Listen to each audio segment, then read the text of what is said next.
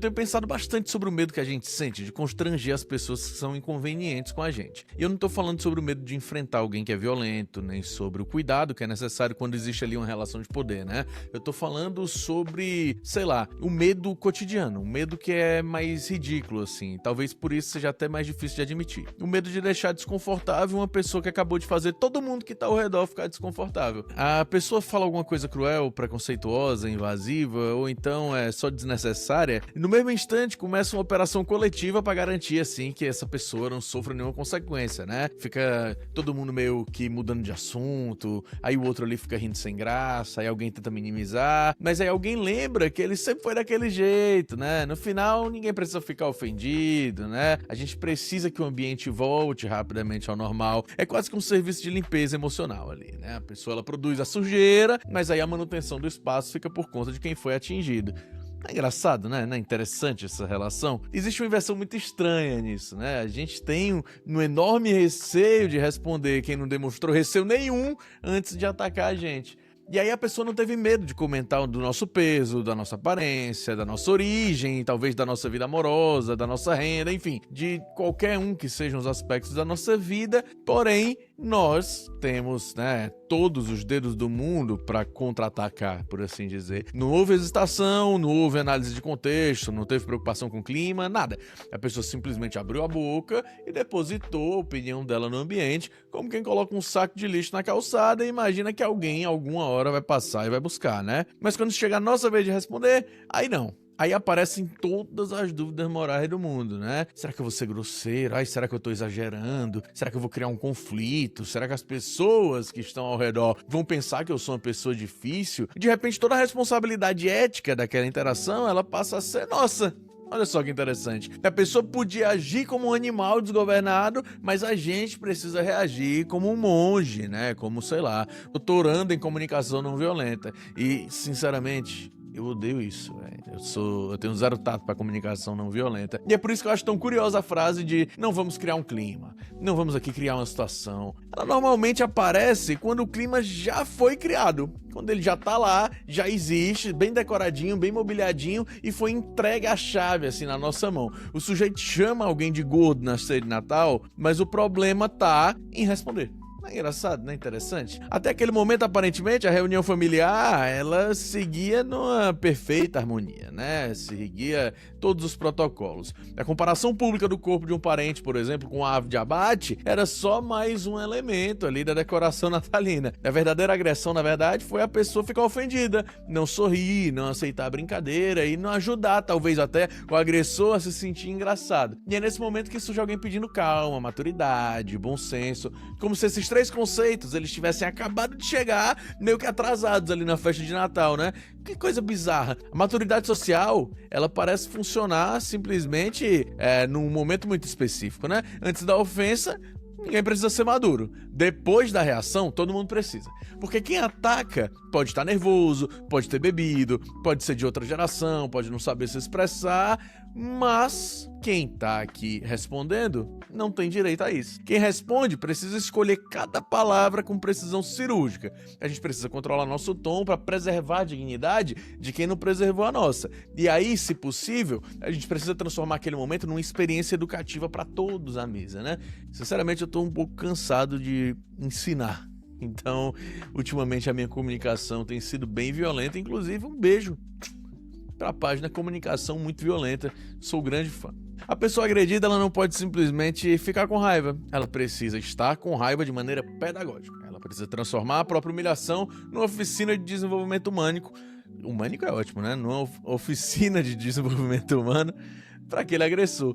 Então talvez por isso a gente passe tanto tempo imaginando as respostas que a gente devia ter dado, né? A cena acontece, a gente fica em silêncio e algumas horas depois, normalmente no banho, surge ali a frase perfeita, né? No banho eu tenho uma capacidade de argumentação que é absurda. Eu respondo a pessoa, eu destruo toda a estrutura ali ideológica que ela construiu, que permitiu ali que ela dissesse tudo aquilo e, enfim, é absurdo, né? No banho a gente reconhece nossos erros, a gente pede desculpa, a gente revê nossa vida, e aí a gente vai ali, né, moldando todas as respostas que poderiam ter sido dadas em situações em que a gente estava certo ou em que a gente estava errado. É uma pena que, na realidade, a gente esteja debatendo sozinho, olhando para a foto do Cristiano Ronaldo no frasco do shampoo, né? E aí aquela pessoa inconveniente, ela provavelmente até esqueceu do que ela falou. Esse atraso da resposta, ele não acontece porque a gente é incapaz de pensar não, tá? Acontece porque a gente é treinado para proteger ali o conforto social. Mesmo quando o conforto, ele depende exclusivamente do nosso silêncio. Muita gente cresceu ouvindo que a gente não deve responder os mais velhos. E eu acho isso uma... Cara, enfim, vou me controlar pra gente manter o nosso papo family friendly, né? Porque o conflito, ele é sempre ruim na visão das pessoas, né? É melhor deixar passar, não vale a pena descer ao nível daquela pessoa. Enfim, o importante é manter a paz. O problema é que muitas vezes manter a paz significa só garantir que a mesma pessoa continue falando tudo o que ela quer sem receber uma resposta à altura. E aí a paz é mantida porque todo mundo aprendeu a engolir o sapo de uma só pessoa.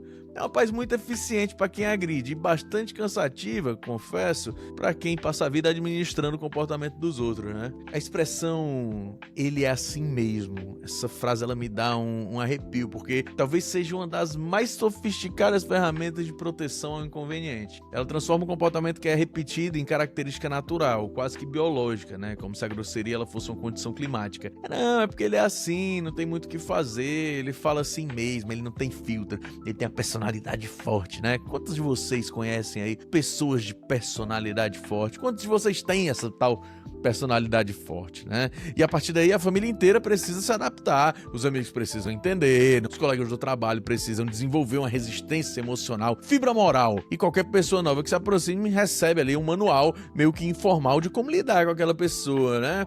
Ah não, porque ele tem um jeitinho que é único daquele indivíduo, né? Todo mundo precisa se adaptar e enquanto isso essa pessoa continua sendo a causa do problema porque ninguém tem coragem de enfrentar. E é interessante porque ninguém diz, ele é assim mesmo, sobre uma pessoa que ela é gentil, que ela é educada. Ninguém avisa, né, que determinado parente tem o hábito incontrolável de respeitar o limite dos outros, né, de tratar as pessoas com cuidado. Essa porcaria dessa expressão, ela só aparece para justificar o que já devia ter sido interrompido há muito tempo. Ele não descreve só uma personalidade, ele revela que uma pessoa já passou por um processo de desistência coletiva dentro daquele grupo em que ela está inserida, né? A pessoa age assim porque ela sempre agiu, e sempre agiu porque todo mundo ali no redor fez questão de transformar esse comportamento meio que em tradição, se a gente pode colocar dentro desse termo. Depois de umas décadas, né, a inconveniência ela vira meio que um patrimônio histórico daquela pessoa.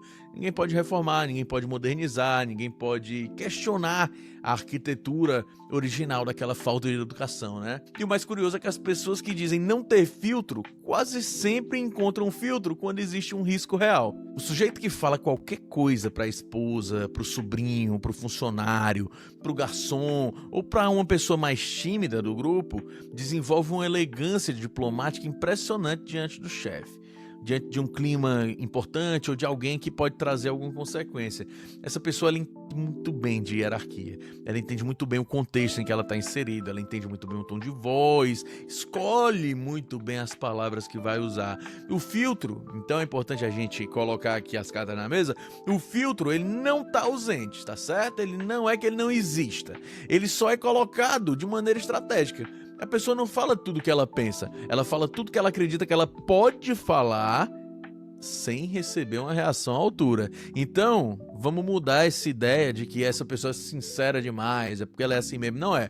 Não é sinceridade. Vamos ser honestos aqui na parada. Isso não é sinceridade, isso é cálculo. Essa pessoa ela é muito mais calculista do que sincera, do que sincerona, do que, como a gente falou, né, do que ela tem uma personalidade forte. Não é isso. Na verdade, ela é uma pessoa extremamente calculista. É uma covardia. Acho que essa é a palavra certa. Existe ali uma covardia que ela tá muito bem organizada no comportamento dessas pessoas inconvenientes. Elas costumam escolher ali uns alvos que elas foram meio que educadas para não responder, né? Então, são pessoas que riem quando ficam nervosas, são pessoas que evitam conflito, são pessoas que têm medo de parecerem mal educadas, que se preocupam com a opinião das outras pessoas. Um inconveniente, ele tem a capacidade, enfim, quase que de uma águia, assim, de identificar muito rápido onde é que tem essas presas, né? Onde é que tem um espaço ali para ela agir sem consequência. E talvez ele nem faça isso de uma forma consciente. Talvez esse padrão, ele simplesmente apareça, né? De tanto tempo que isso foi normalizado. Essa suposta espontaneidade, ela desaparece quando outra pessoa demonstra que não vai colaborar muito com essa brincadeira, não vai colaborar muito com essa frase que vai ser dita. Então é por isso que eu tenho cada vez menos paciência com a ideia de que responder uma pessoa inconveniente seria descer ao nível dela. Essa frase, ela parece muito sofisticada, mas muitas vezes ela é só uma maneira elegante ali de convencer alguém a aceitar uma agressão, né? Não descer ao nível de uma pessoa não significa oferecer o próprio corpo como piso, né? Não significa, inclusive, dar a outra face, como os religiosos dizem. Existe ali uma enorme diferença entre reproduzir crueldade e apontar a crueldade. E é isso que eu defendo aqui de forma muito violenta. Se alguém comenta sobre meu corpo e eu respondo atacando o corpo dela, de fato eu entrei ali na mesma lógica, né? Nós dois estamos ali concordando de que características físicas são armas legítimas. Nós só estamos ali disputando quem é que consegue ferir mais, né? Quem é que tem a faquinha mais afiada. Mas dizer que aquele comentário foi ridículo, invasivo, preconceituoso, não é descer ao nível de ninguém.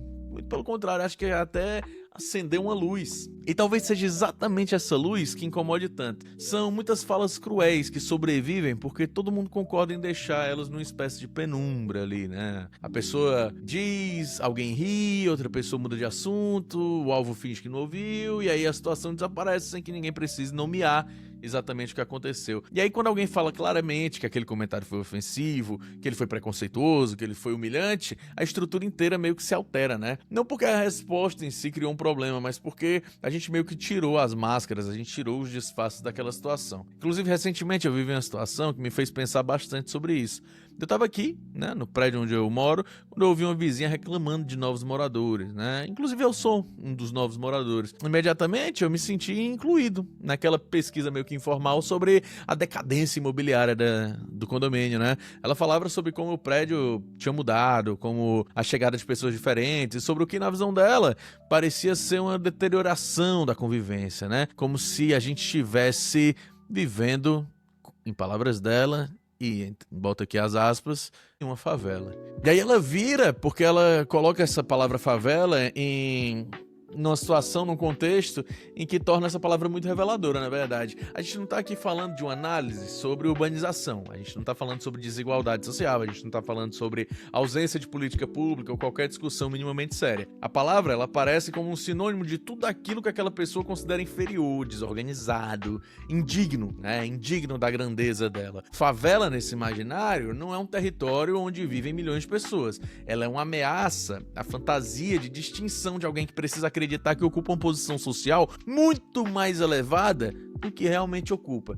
É aquele famoso falso rico, né? O famoso dublê de rico, como a gente costuma chamar. Tem uma classe média que ela tem um sonho aristocrata absurdo e ela sofre sempre que a realidade aparece no elevador. Basta chegar um morador com outro perfil, uma criança fazer barulho, alguém usar uma roupa diferente, ou então existir qualquer sinal de vida que não esteja previsto no regulamento interno para surgir ali aquela sensação de que a civilização ocidental, ela tá entrando em colapso, né? Ela tá sofrendo a sua decadência. A palavra favela, ela aparece como uma forma um pouco mais rápida de comunicar desprezo sem precisar assumir diretamente que o problema é a presença de pessoas que ela considera inferiores. E aí, isso aí pode estar relacionado a vários tipos de preconceito, né? Naturalmente, essa pessoa jamais se consideraria preconceituosa. Pessoas preconceituosas quase nunca têm preconceitos. Já pararam pra pensar nisso? Elas têm só uma coleção extremamente consistente de opiniões que, por alguma coincidência estatística, sempre desumanizam os mesmos grupos. Não é interessante? Elas não são racistas, mas têm uma quantidade impressionante de ressalvas sobre pessoas negras. Elas não são classicistas, mas elas usam a pobreza como insulto. Elas não são homofóbicas, mas gostariam que determinadas pessoas existissem com menos visibilidade, né? Não tem nada contra ninguém, desde que ninguém esteja muito perto.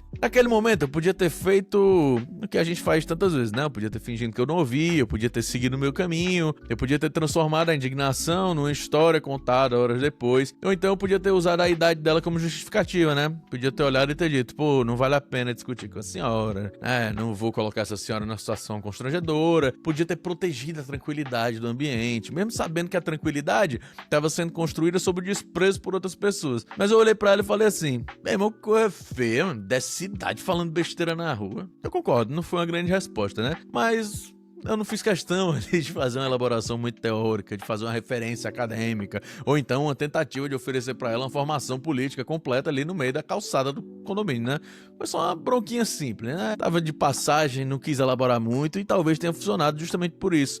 Porque durante uns segundos o constrangimento voltou pro lugar de onde ele nunca devia ter saído. Eu não precisei me defender como um novo morador, não precisei apresentar meu currículo, provar que eu pago minhas contas, nem demonstrar que eu sou uma pessoa digna de ocupar o meu espaço aqui nesse prédio. O problema não era a minha presença, o problema é que ela estava usando a palavra favela como uma maneira de dizer que certas pessoas não deviam estar aqui. E aí essa distinção é muito importante, porque quando a gente é alvo do preconceito, muitas vezes a gente responde tentando provar que nós somos exceções. Né? A gente quer demonstrar que a gente trabalha, que a gente estuda, que a gente é organizado, que nós temos bons modos e que a gente não corresponde ao estereótipo em que aquela pessoa tentou usar. O problema é que quando a gente faz isso, a gente acaba aceitando a premissa de que o grupo atacado realmente seria inferior, entendeu? Mas a gente precisa realmente escapar da acusação de ser diferente. Eu não precisava provar que o prédio não estava parecendo uma favela. Eu precisava apontar que usar a favela como ofensa era uma coisa feia, né? Coisa que ela devia ter aprendido, né, durante a vida dela, que, enfim, vem se estendendo por bastante tempo, né? Eu sei que algumas pessoas podem se incomodar com o fato de eu ter respondido dessa forma a uma senhora, uma idosa. Mas existe uma expectativa social de que a idade conceda uma espécie de imunidade diplomática para qualquer opinião. Claro que essas pessoas mais velhas merecem respeito, eu não tô falando que não. Eu tô falando que elas merecem respeito, elas merecem cuidado, elas merecem dignidade, mas respeito não significa concordância, galera. Vamos botar aqui bem claro, são duas palavras completamente diferentes, vamos trabalhar essa semântica. Respeito não significa concordância. Dignidade não significa salvo-conduto para preconceito, minha galera. Pelo amor de Deus, a gente tá em 2026 e a gente ainda precisa discutir isso. A idade ela pode trazer experiência, sim, mas experiência não é a mesma coisa de sabedoria. Em alguns casos, a pessoa que vem acumulando aí experiências, vem acumulando experiências bem negativas, né? Então ela teve bastante tempo para consolidar os mesmos erros. Então, com a mesma forma que a pessoa usa o tempo dela para acumular bons pensamentos, boa educação, boa índole, tem pessoas que usam esse tempo para fazer justamente o contrário. Eu acho que a expressão "é de outra geração" também é usada como uma forma de anistia moral, né? A pessoa ela pertence a outra geração e por isso não é razoável a gente esperar que ela aprendesse. Curiosamente, ela consegue se adaptar ao aplicativo do banco dela, ela consegue fazer um Pix, ela consegue mexer no Zap Zap, ela consegue entrar no Instagram, ela consegue entrar numa Smart TV e assistir uma Copa do Mundo, ela consegue mexer nas redes sociais, ela tem todo esse mecanismo, mas compreender que determinadas palavras são ofensivas para determinado grupo de pessoas, aí é uma exigência intelectual excessiva, né? Não tem como. Para acompanhar a vida dos vizinhos, para aprender as tecnologias, para espalhar notícia falsa em grupo de WhatsApp, aí a capacidade cognitiva ela permanece intacta, né? Ela continua perfeita. Mas para rever um preconceito, subitamente a gente está diante de uma vítima do tempo, né? De um coitado, de um pobre coitado que não consegue reagir à triste catástrofe que é envelhecer. Respeitar os mais velhos não significa que a gente precisa oferecer a nossa própria dignidade como homenagem a um tempo que passou. O meu comentário sobre idade aqui, ele não é uma tentativa de diminuir uma pessoa por ser velha, pelo amor de Deus. O que eu tô fazendo aqui é uma observação sobre o desperdício dos anos de vida que a gente tem. Existe algo profundamente triste, na minha opinião, em atravessar ali décadas e décadas de experiências, em mudanças históricas, de relações, perdas, aprendizados, e chegar num determinado ponto da vida acreditando que a sua principal missão pública é fiscalizar o perfil social dos novos moradores do seu prédio. Pelo amor de Deus, minha galera, não é a idade que é ridícula, não. É chegar a ela sem ter desenvolvido nenhum tipo de constrangimento ao falar esse tipo de absurdo. E talvez seja isso que esse episódio trate de verdade, da necessidade da gente redistribuir o constrangimento. Porque hoje a vergonha frequentemente fica com a pessoa errada, né? Quem engordou sente vergonha, quem mora na periferia sente vergonha, quem foi alvo de uma pergunta invasiva sente vergonha, quem tem um limite ultrapassado sente vergonha de responder. Enquanto isso, quem produz esse tipo de humilhação segue confortável, tranquilo, convencido de que todo mundo tá aceitando que ela só expressou uma opinião ou então que ela fez só uma brincadeirinha que não foi nada demais. Um ouvinte contou, inclusive, eu abri uma caixinha aqui, né, no Instagram e pedi para que as pessoas mandassem suas histórias. E aí um ouvinte contou que ganhou peso. E aí durante o Natal foi chamado de Chester por um familiar, né? Disse, o Chester chegou e tal. É uma situação tão absurda que parece até, sei lá, caricatura, né? Mas é exatamente o tipo de coisa que acontece com as famílias que se consideram muito divertidas, né? A minha família é uma família muito divertida, mas a gente não tende a atacar as pessoas dessa forma. A pessoa olha pra mesa, vê uma ave natalina, aí observa o corpo de um parente e sente que encontrou uma oportunidade perfeita pra, de uma forma que ela considera engraçada, esvair ali a humanidade daquela pessoa. É um nível de criatividade que exige muita coragem pra ser reivindicado, viu? Porque depois, como sempre, surge aquela explicação de que era só uma brincadeira. Essa frase ela é usada como se fosse um mecanismo que apaga tudo que aconteceu, né? A pessoa humilha alguém na frente de todo mundo, percebe que o comentário ali não foi muito bem recebido e imediatamente tenta transformar a sensibilidade no outro no problema de verdade. Não foi ela que foi cruel, é você que não sabe brincar, né? Não foi ela que passou o seu limite, é você que tá levando as coisas a sério demais. Então, gente, existe algo muito conveniente nessa forma de pensar, vocês não concordam? A pessoa, ela ataca e quando ela percebe que ela causou dor, ela utiliza a própria dor que ela causou como prova de que o alvo, ele é emocionalmente defeituoso. Primeiro ela pisa no seu pé, depois ela reclama que você fez uma expressão desagradável e estragou o clima do ambiente, né? O problema deixa de ser o ato e passa a ser a reação. É uma estratégia muito eficiente, porque obriga quem foi atingido a se defender duas vezes.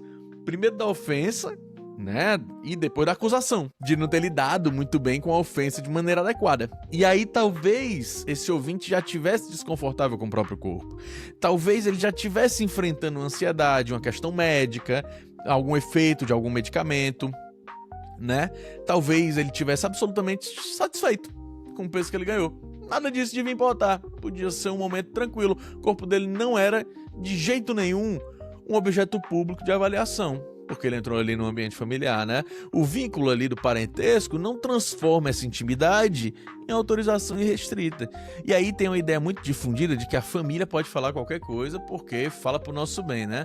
Mas a preocupação genuína, ela não costuma chegar acompanhada de plateia, de risada, de humilhação. Quem realmente está preocupado escolhe o momento e considera ali a intimidade, pergunta ali se existe uma abertura e tenta falar com mais cuidado, né? Escolhe muito bem as palavras.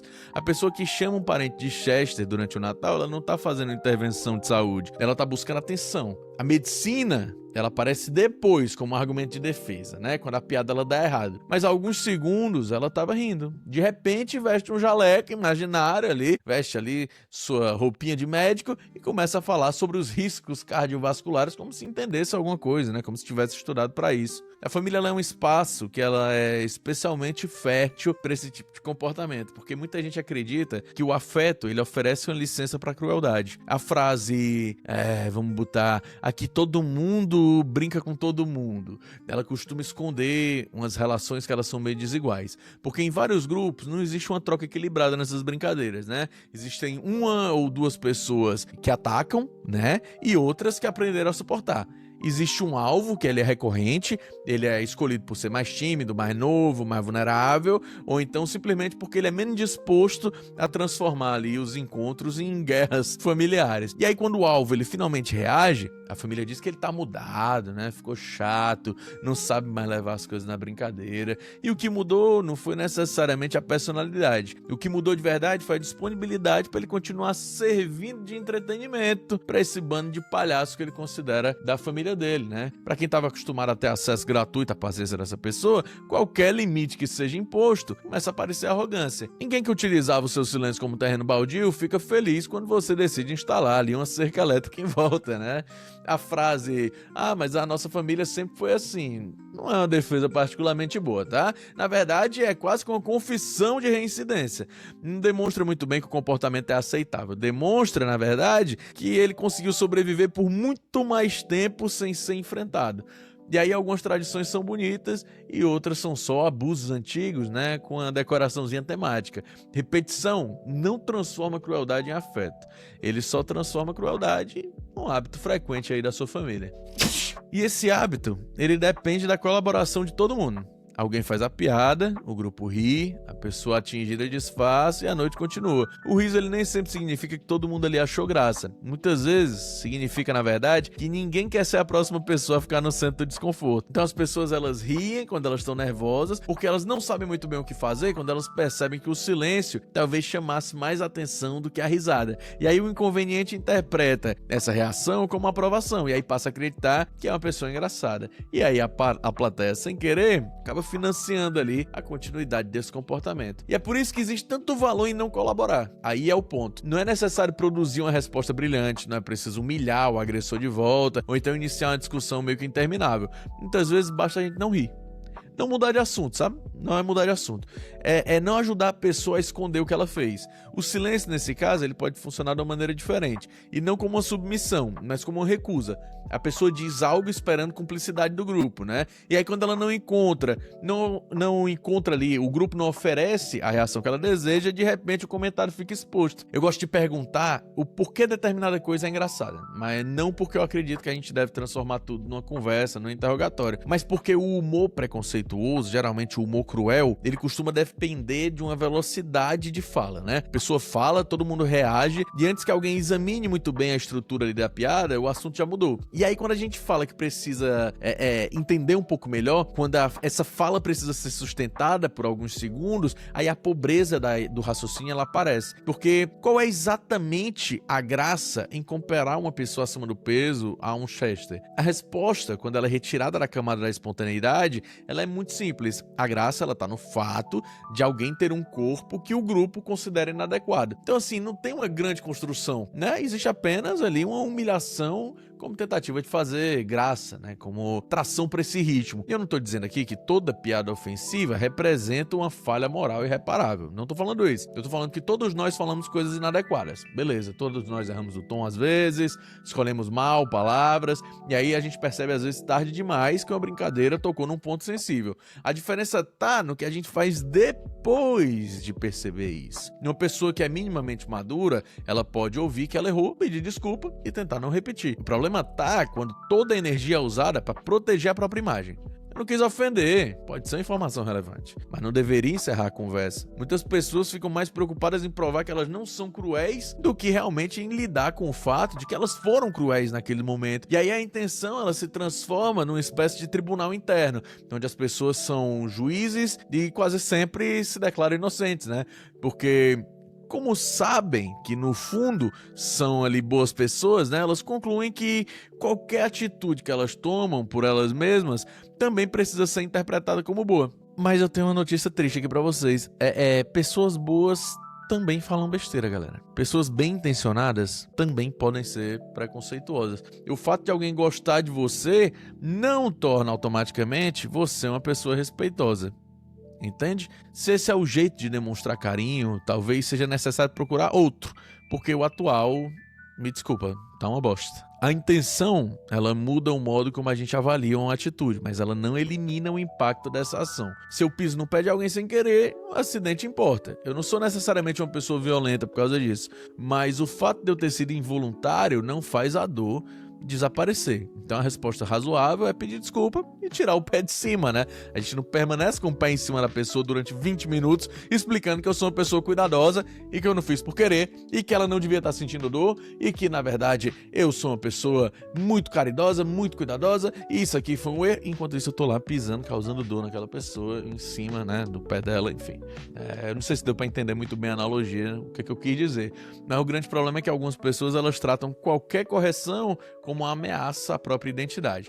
Se alguém diz que a fala dela foi preconceituosa, elas escutam que elas são monstros irrecuperáveis. Em vez de analisar ali o comportamento, ela parte para uma defesa integral da biografia dela. Conta que foram criados de outra forma, que tem amigo de todos os tipos, que ajudam pessoas, que jamais farão mal a ninguém, que estão sendo injustiçadas. E aí de repente, bati até no microfone. E aí de repente quem foi ofendido precisa parar tudo para consolar o agressor e garantir que ele continue ali tendo a imagem de uma pessoa boa. A pessoa ela produz o dano e ainda recebe acolhimento porque ficou triste ao ser informada que produziu o dano. A conversa ela deixa de ser sobre o que aconteceu e ela passa a ser sobre o sofrimento dela diante da possibilidade de ter errado.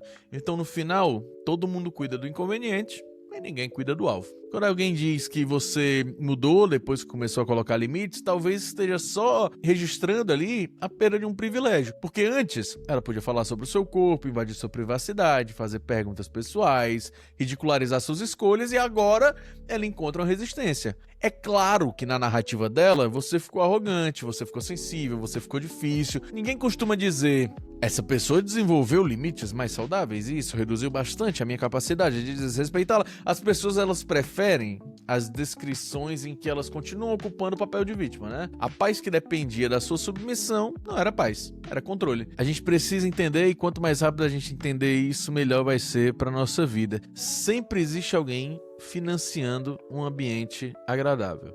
Sempre. Quando um grupo ri de uma pessoa, a diversão coletiva está sendo paga pela vergonha dessa pessoa. Quando uma vizinha usa favela como insulto, a sua sensação de superioridade ela é financiada pela desumanização de pessoas que ela considera inferior. Quando um chefe humilha um funcionário para demonstrar ali algum tipo de autoridade, o controle dele é financiado pelo medo. Então a sociedade ela continua a chamar esses ambientes de normais porque o sofrimento fica concentrado e silencioso naquele ambiente. Então, eu tenho cada vez menos interesse em proteger esse tipo de normalidade. Às vezes, a ausência do conflito significa que a gente perdeu o direito de reagir. É como estar numa relação em que ninguém discorda porque todo mundo tem medo. Então, isso não é estabilidade, tá? Isso é repressão. E eu também não acredito que seja nossa obrigação confrontar todas as pessoas inconvenientes do mundo, tá? Existem contextos em que responder não é seguro e a gente precisa estar sempre atento a isso. Tem relações de poder, tem risco profissional, tem pessoas violentas, tem ambientes em que a melhor estratégia é só a gente se ausentar.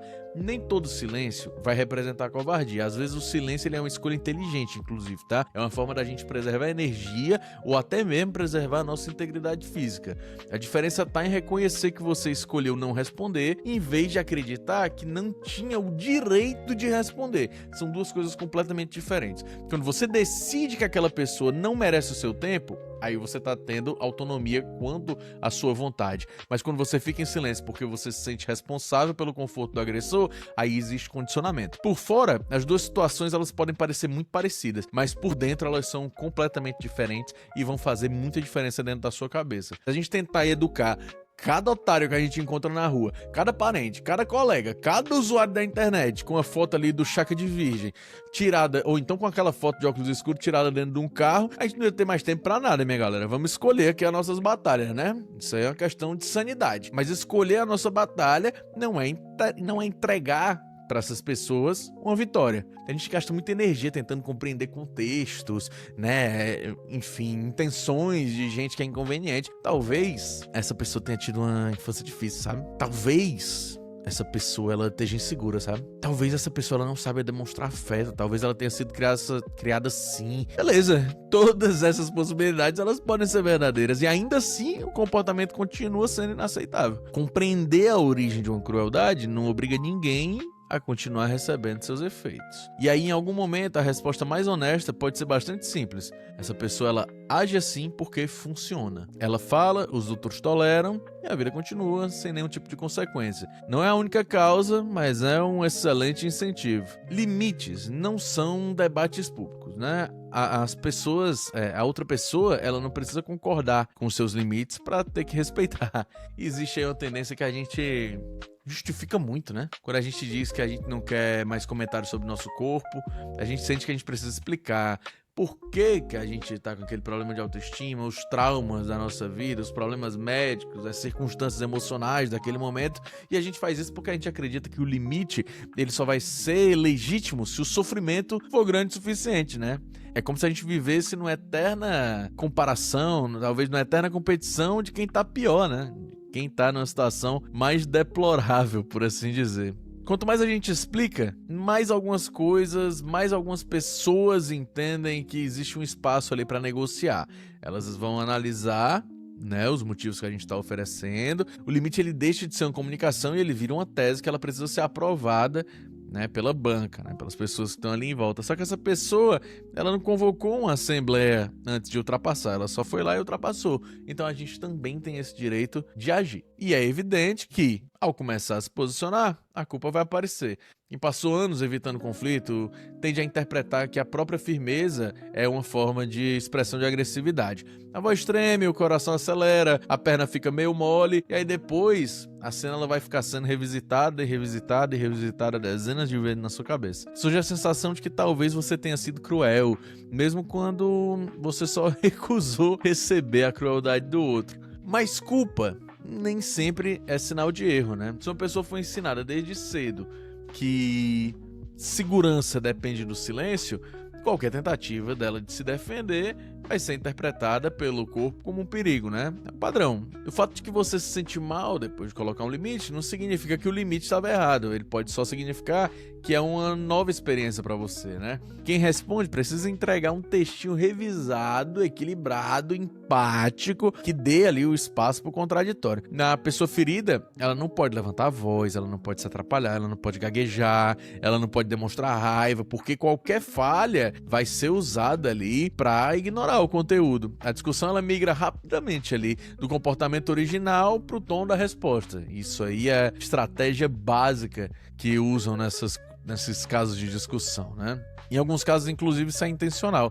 Se a pessoa ela conseguir fazer você perder o controle, ela não vai mais precisar nem responder pelo que ela fez, porque ela vai se concentrar só na sua agressividade, na sua falta de educação, na maneira como você tratou alguém que só estava brincando. A saída é muito confortável. O agressor ele cria essa situação, provoca a reação, e aí depois usa a sua reação como prova de que, na verdade, ele era a verdadeira vítima. E aí também é preciso reconhecer que a gente vai ocupar o outro lado da situação em algum momento. A gente vai falar besteira, a gente vai fazer uma piada ruim, a gente vai ser invasivo, e aí quando alguém nos constranger, a gente tem uma escolha. A gente pode usar toda a nossa energia para restaurar a nossa imagem, ou a gente pode ouvir, reconhecer e reparar. Ser constrangido, galera, não é o fim do mundo não, tá? Talvez, às vezes, seja até necessário. O desconforto de perceber que a gente errou pode tornar a gente mais humano mesmo, desde que a gente não seja, desde que a gente não transforme isso imediatamente em ressentimento contra quem apontou os erros da gente. Pedir desculpa nem sempre é uma derrota, tá? É uma habilidade social que devia ser básica e que algumas pessoas evitam como se fosse um pedido de falência. A gente é capaz de cuidado e de crueldade, de generosidade, de egoísmo, de lucidez, de estupidez. O que importa é a disposição para observar o nosso comportamento e não transformar qualquer crítica em perseguição. Muita gente acredita que é respeitada porque ninguém confronta, né? Mas talvez ninguém a confronte porque o custo é alto demais. A pessoa grita, a pessoa faz drama, aí ameaça ir embora, ameaça sair do grupo, né? Passa semanas sem falar, ou então mobiliza ali toda uma galera para defender a sua honra. O silêncio ao redor daquela pessoa não é admiração, não é medo, é gerenciamento de crise. Existe uma diferença entre ser respeitado e ser evitado, né? São coisas bem distintas. E eu não quero ser uma pessoa que é cercada por gente que tem medo de me contrariar, não. Mas eu também não quero continuar protegendo quem considera a minha educação uma oportunidade para me desrespeitar. A reciprocidade, ela exige dois movimentos: aceitar ser corrigido e permitir se corrigir. Então, talvez a maior liberdade seja justamente em deixar de administrar emocionalmente o inconveniente. Você não precisa garantir que ele se sinta confortável depois de ser informado que se comportou mal. Você não precisa suavizar tanto a mensagem a ponto dele desaparecer. Eu vou te dar uma bronca aqui, mas eu vou falar tão bonito que não é uma bronca, né? Não precisa oferecer ali uma rota de fuga para aquela pessoa sair acreditando que não aconteceu nada. Isso não significa que eu quero destruir aquela pessoa, né? Significa só que eu quero permitir que ela participe emocionalmente do evento onde ela criou. E aí, durante muito tempo, o desconforto ele foi distribuído de maneira desigual. Quem dizia a crueldade seguia normalmente e quem ouvia levava a situação para casa. E eu acho que talvez seja injusto, né, a gente manter dessa forma. Acho que o mais justo seria inverter um pouco dessa dinâmica. Minha vizinha ela pode ter ficado ofendida quando ela ouviu que naquela idade ela estava falando besteira na rua. Talvez tenha até me considerado mal educado. Talvez ela tenha contado essa história para outras pessoas de um jeito em que ela apenas expressava uma preocupação inocente e foi atacado por um novo morador agressivo com camisa de jiu-jitsu, todo tatuado, com a barba grande e que claramente era uma pessoa extremamente violenta. Eu não controlo a versão que ela conta, mas eu sei o que aconteceu. Ela usou favela como insulto para descrever a chegada dos novos moradores, né? E aí ela encontrou alguém que não fingiu normalidade. Eu não mudei a visão de mundo dela, não resolvi a desigualdade social do universo e eu não transformei o condomínio em um ambiente politicamente consciente. Eu só deixei claro que aquela fala não ia passar ilesa se ela fosse dirigida para mim, né? Nem toda resposta ela precisa converter alguém. Às vezes basta proteger um pouco daquele espaço. A obsessão em mudar a cabeça das pessoas faz com que a gente despreze um pouco o valor de simplesmente estabelecer um muro, de colocar ali uma fronteira para aquelas opiniões. E é muito importante a gente saber também que tem gente que sabe exatamente o que está falando, que percebe exatamente as suas intenções, enfim, que tem plena consciência do que está fazendo. Mas essa pessoa, ela simplesmente não se importa. Ela não se importa. Mais explicação não vai produzir empatia. Vai produzir, na verdade, nova oportunidade para ela negociar. E nesses casos, a melhor coisa que você faz é se distanciar, manter o argumento dele mais distante possível, porque a perda de acesso comunica o que as palavras muitas vezes não conseguem comunicar. E é aqui que eu chego na defesa de constranger gente otária.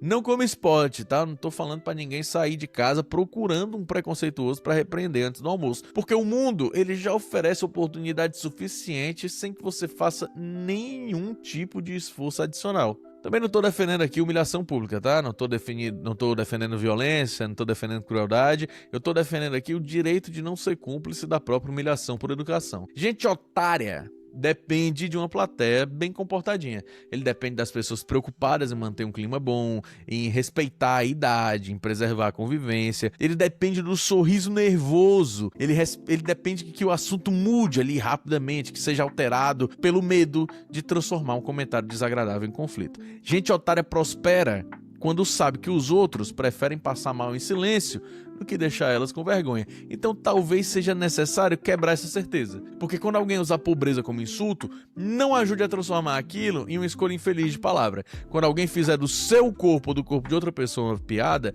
não ofereça a risada como quem completa aquele número de circo. Quando uma pergunta invasiva chegar disfarçada ali de curiosidade, não responda automaticamente. Quando disserem que você estragou o clima, tenha sempre em mente que quem realmente começou a deteriorar esse clima foi quem fez a pergunta, foi quem fez o comentário. Você não precisa encontrar a frase perfeita para responder. Você não precisa apresentar um discurso muito bonito e estruturado. Às vezes basta um olhar, basta uma recusa, ou então uma observação simples. Que coisa feia, ela contém uma ideia inteira. Eu vi o que você fez, eu não considero normal e eu não vou ajudar a esconder. Talvez a sua voz trema, talvez você se arrependa depois de alguns minutos, talvez você passe o resto do dia pensando se foi longe demais ou não. E isso faz parte, meu chapa, isso faz parte de romper um hábito.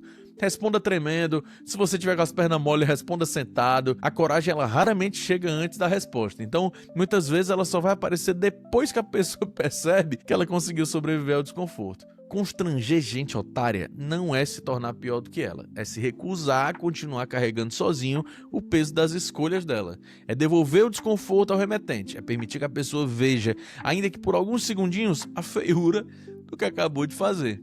Talvez ela aprenda, talvez não, talvez ela reclame, dramatize, se faça de vítima, ou diga que hoje em dia ninguém pode falar mais nada, né? Pode falar, sempre pôde. A diferença é que eu também posso.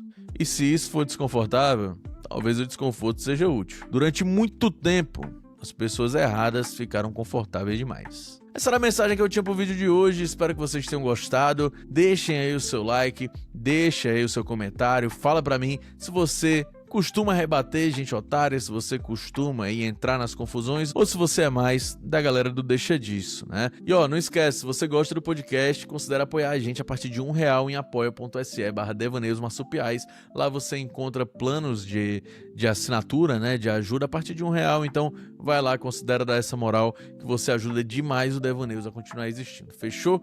É isso, muito obrigado pela parceria, muito obrigado aí pela sua audiência, um beijo e até a próxima.